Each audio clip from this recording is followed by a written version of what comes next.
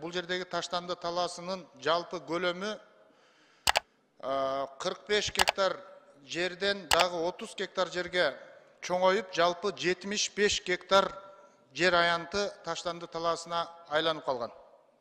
75 гектар жер.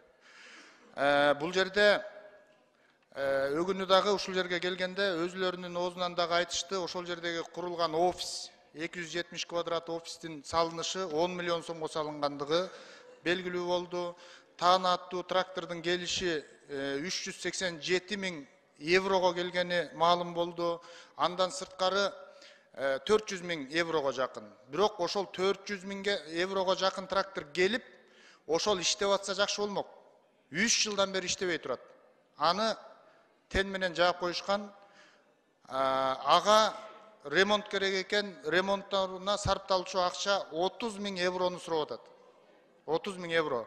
Ал эми биздин өзүбүздүн ошол жердеги иштей турган тракторлорубуз бар экен, 2 трактор 217 миң сом сурап атат. Айырмасы ушундай.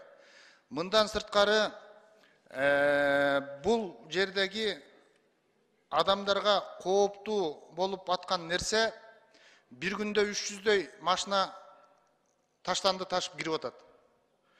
Ошол 300дөй машина кайра Бишкектин булуң бурушуна барып атат. Ар бирибиздин эшигибиздин алдына барып атат. Түшүнүп атасыздарбы? Ошол таштанды талаасын тебелеп чыккан дөңгөлөктөгү жабышкан нерсенин баары шаардын ичине чачылып атат. Шаардын ичине тарап атат. Ар бирибиздин эшигибиздин алдына барып атат. Бул бир. Экинчи нерсе, ошол жердеги таштанды талаасындагы кускундар кишидей кускундар болуп кеткен. Жайнайт кускундар. Ошол кускундардын арасында кыргыздар жүрөт. Иштеп аткан биздин жарандарыбыз жүрөт. Ал жарандар кадимкидей эле жашоо шарты түзүк эле, бирок ошол жерден нан таап жеп аткан адамдар. Алар эмне болуп атат? Алар ошол жерге кечке иштеп, кечинде чыгып коомдук жайларда болуп атат. Автобустарда болуп атат, троллейбустарда, маршруткаларда болуп атат. Акчаларын берип атат. Алардын сдачасын биздин балдарыбыз алып атат. Бааняларга түшүп атат.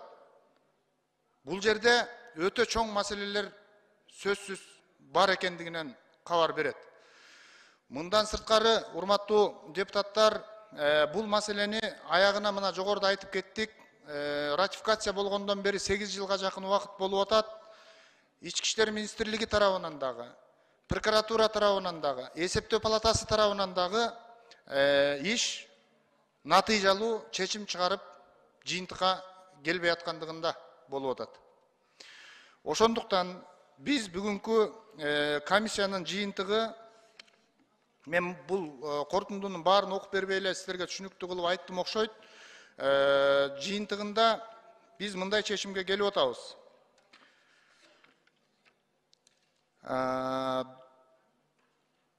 Кыргыз Республикасынын эсептөө палатасы, Европа реконструкциялоо жана өнүктүрүү банкынын Бишкек шаарында катуу калдыктарды башкаруу тутумун жакшыртуу долбоорун андан ары ишке ашыруунун натыйжалуулугунун аудитин жүргүзсүн. Долбоорду андан ары ишке ашыруунун натыйжалуулугунун аудитинин корутундусун укуктук баа берүү үчүн Кыргыз Республикасынын министрлер кабинетине жана укук коргоо органдарына жөнөтсүн.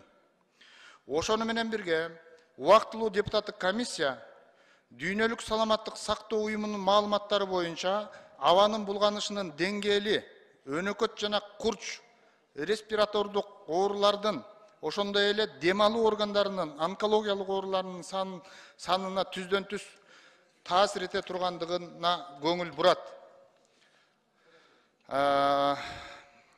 Бүгүнкү күндө Бишкек шаарында абанын булганышынын көйгөйү бул улуттук коопсуздукка коркунуч деп ишенимдүүлүк менен айтууга болот.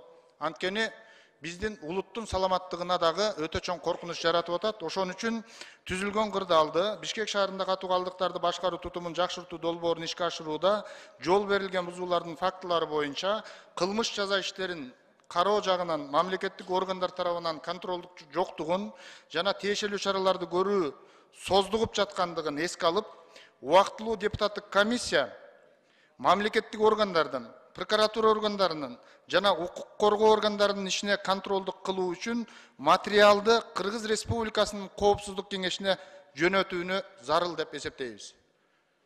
Мынакей бул корутунду. Не үчүн биз муну Коопсуздук кеңешине жөнөтүү зарыл экендигин дагы бир ирет кайталап айтып бергим келет, урматтуу депутаттар. Өзүңүздөргө маалым болгондой, ушунча жылдан бери иш аягына чыкпай атса, Ички иштер министрлигинин алы жетпей атса, прокуратуранын алы жетпей атса, эсептөө палатасынын алы жетпей аткан болсо, анда бул маселе чечилиш үчүн, улуттун коопсуздугу үчүн, биздин эртеңки келечегибиз үчүн, саламаттыгыбыз үчүн ушул коопсуздук көзөмөлү өзү карасын деген жыйынтыкка келдик. Урматтуу депутаттар, бул корутунду жана токтом долбоору баарыңыздарга таркатылып берилген. Мониторуңуздарда турат. Ушул токтом долбоорун кабыл алып берип коюңуздарды өтүнөбүз.